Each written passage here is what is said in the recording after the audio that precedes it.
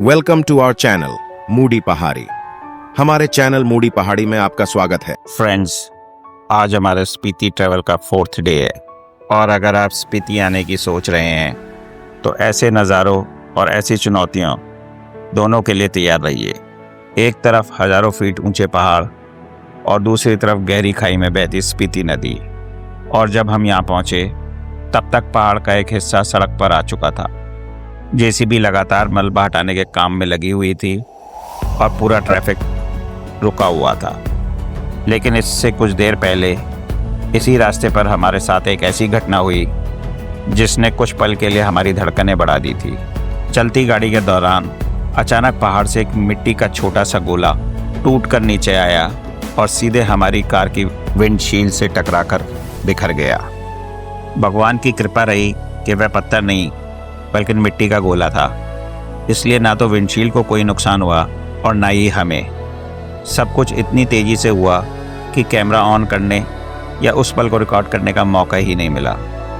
सच कहूँ, हमने कभी सोचा भी नहीं था कि पहाड़ों में ड्राइव करते समय ऐसा भी हो सकता है। उस समय फिर से मन में एक बात याद आई, शायद माँ बीमा काली और अब किन्नर कैलाश का भी आशीर्वाद हमारे साथ है।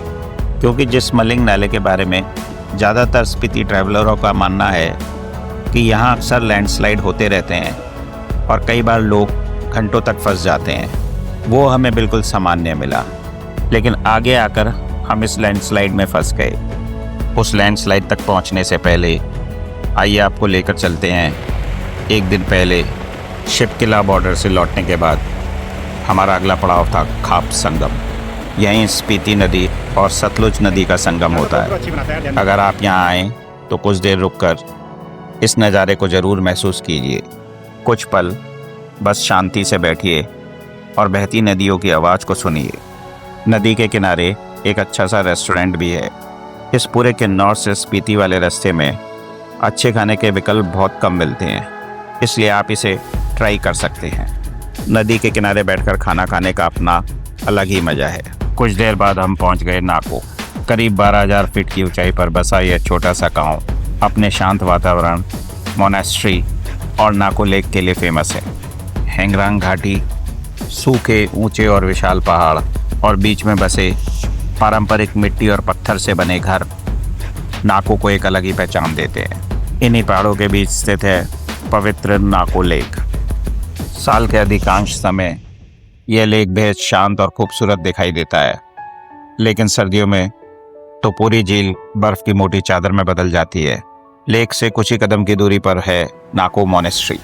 मोनेस्ट्री के बाहर हमें दिखाई दिए 2 सफ़ेद रंग के मिट्टी से बने बौद्ध स्तूपा। बौद्ध धर्म में इन स्तूपों को बहुत पवित्र माना जाता है। इन स्तूपों के भीतर कई बार पवित्र ग्रंथ, महान लामाओं के अवशेष या अन्य धार्मिक धरोहरें भी सुरक्षित रखी जाती है। इसी कारण श्रद्धालु इसकी परिक्रमा करते हैं, जिसे कोरा कहा जाता है। मान्यता है कि ऐसा करने से पुण्य की प्राप्ति होती है और मन को शांति मिलती है। नाको से आगे बढ़ते ही पहाड़ों का रंग धीरे धीरे बदलने लगा। अब हर तरफ भूरे, सुनहरे और अलग अलग आकार वाले पहाड़ दिखाई दे रहे थे। कुछ जगह तो ऐसा लग रहा था जैसे हम धरती पर नहीं बल्कि चांद की सतह पर सफ़र कर रहे हो। इसी वजह से इस इलाके को मूनलैंड भी कहा जाता है। क्योंकि शाम हो चुकी थी तो नाको घूमने के बाद हमने चांगो में ही स्टे करने का फ़ैसला किया। हम एक स्थानीय किन्नौरी परिवार के होम स्टे में रुके। यकीन मानिए, पहाड़ों की असली खूबसूरती सिर्फ उनकी वादियों में नहीं बल्कि वहाँ रहने वाले लोगों के अपनापन में है। घर जैसा स्वादिष्ट खाना, परिवार जैसा व्यवहार और चारों तरफ गजब की शांति। दिन भर की सारी थकान पल भर में गायब हो गई। उस रात हमें बिल्कुल भी अंदाज़ा नहीं था कि अगली सुबह स्पीति घाटी हमारे लिए एक बिल्कुल अलग अनुभव लेकर इंतज़ार कर रही थी। अगली सुबह हम चांगो से निकलकर आखिरकार स्पीति घाटी में प्रवेश कर चुके थे।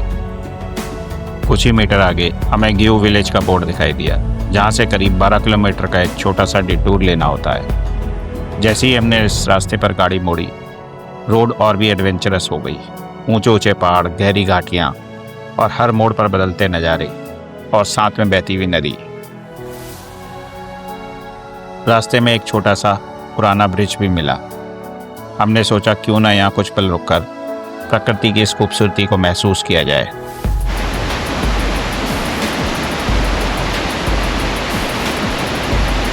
इसके बाद हम पहुँच गए ग्यू विलेज, और यहाँ मैं आपको दिल से एक सलाह देना चाहूँगा। अगर आप भी हमारी तरह चांगो में रुकने का प्लान कर रहे हैं तो थोड़ा सा आगे बढ़कर ग्यू विलेज में ठहरने का ज़रूर विचार कीजिए। मेरे हिसाब से ये जगह ज़्यादा शांत, ज़्यादा खूबसूरत और नेचर के करीब है। इसके अलावा यह तिब्बत सीमा पर भी है। इन पहाड़ों के पीछे तिब्बत है, और मज़ेदार बात यह है कि कई बार यहाँ भी आपका मोबाइल चीनी नेटवर्क पकड़ लेता है। लेकिन ग्यू विलेज की सबसे बड़ी पहचान कुछ और ही है, ग्यू मोनेस्ट्री, और सबसे बड़ी बात एक करीब 500 साल पुरानी रहस्यमयी मम्मी, जिसे देखने दुनिया भर से लोग यहाँ आते हैं। लेकिन बहुत कम लोग उस कमरे के बाहर लगे एक छोटे से सूचना बोर्ड को पढ़ते हैं। उसी बोर्ड में छिपी है इस मम्मी की असली कहानी। यह मम्मी लामा सांगा तेंजिंग की है। यह लगभग 500 वर्ष पुरानी है। फ्रेंड्स, जब भी हम मम्मी शब्द सुनते हैं इजिप्ट याद आ जाता है, जहाँ डेड बॉडीज़ को केमिकल से सुरक्षित रखा जाता था। लेकिन यह मम्मी बिना किसी केमिकल के आज भी लगभग 500 साल से सुरक्षित है। यानी यह एक सेल्फ ममीफिकेशन का एग्जाम्पल है। जब मैं इस मम्मी के सामने खड़ा था तो मन में बस एक ही विचार आ रहा था, मैं कितना भाग्यशाली हूँ कि मुझे ऐसे महान तपस्वी लामा सांगा तेंजिंग के दर्शन करने का अवसर मिला। बोर्ड में लिखा है कि लामा सांगा तेंजिंग जोल्क्शुन नाम की गहरी ध्यान साधना करते थे। साइंटिस्ट बताते हैं कि गहरे ध्यान के दौरान शरीर की ऑक्सीजन की खपत लगभग 60% तक कम हो सकती है। यही नहीं, तुमो योग का अभ्यास करने वाले कुछ मॉन्क्स अपनी स्किन पर इतनी हीट उत्पन्न कर लेते हैं कि कड़ाके की ठंड में भी उनके ऊपर लपेटी गीली चादर को सुखाया जा सकता है। गांव के लोग आज भी उनका अत्यंत सम्मान करते हैं। स्थानीय लोकगीतों में उनका उल्लेख होता है और कई लोग उन्हें श्रद्धा से पूजते भी हैं। यह भी स्थानीय लोगों की मान्यता है कि 1975 के भयंकर भूकंप और इस मम्मी के मिलने के बाद आज तक इस गांव में वैसी कोई बड़ी प्राकृतिक आपदा या विनाशकारी भूकंप नहीं आया। आस्था और विज्ञान दोनों के अपने अपने दृष्टिकोण हैं, लेकिन इतना तो निश्चित है कि लामा सांगा तेंजिंग आज भी सिर्फ एक मम्मी नहीं बल्कि त्याग, तपस्या और मानव कल्याण की भावना के एक जीवंत प्रतीक हैं। ग्यू से लौटकर हम फिर मुख्य सड़क पर आ गए और काजा की ओर बढ़ने लगे। लेकिन कुछ ही किलोमीटर आगे हम उसी जगह पहुंच चुके थे जहां से इस वीडियो की शुरुआत हुई थी। आखिरकार रास्ता खुला और हम अपनी मंजिल की ओर आगे बढ़े। स्पीति में ऐसी परिस्थितियां कभी भी बन सकती हैं, इसलिए अगर आप यहां आ रहे हैं तो अपने पूरे कार्यक्रम में थोड़ा अतिरिक्त समय ज़रूर रखें। रास्ता खुलने के बाद हम आगे बढ़ पड़े और फिर आया ताबो, जिसको हमने बाईपास कर दिया, और उसके बाद थी फेमस धनकर मोनेस्ट्री, जिसके लिए एक छोटा सा डिटूर लेना था। लेकिन आज की 1 घंटे की देरी हमारे पूरे कार्यक्रम पर भारी पड़ चुकी थी। काजा में हमारी कोई होटल बुकिंग नहीं थी। पीक सीज़न होने की वजह से ज़्यादातर होटल पहले से ही फुल थे। ऐसे में धनकर जाने का मतलब था काजा बहुत देर से पहुंचना और शायद रुकने की जगह भी ना मिलना। फैमिली के साथ ये बड़ा मुश्किल काम है, इसलिए भारी मन से हमने फैसला किया कि धनकर अगली बार के लिए छोड़ देते हैं। वैसे भी स्पीति उन जगहों में से नहीं है जहाँ सिर्फ एक बार आया जाए। जैसा कि मैं आपको पहले वीडियो में भी बता चुका हूँ कि काजा से 200 किलोमीटर इधर और 200 किलोमीटर मनाली तक सिर्फ एक पेट्रोल पंप है जो कि काजा में है, इसलिए यहाँ बहुत लंबी लाइन लगती है। लेकिन हमने एक ऐसा तरीका निकाला जिससे कुछ ही मिनटों में पेट्रोल भरवा लिया और घंटों का इंतज़ार बच गया। कैसे, यही देखेंगे अगले एपिसोड में।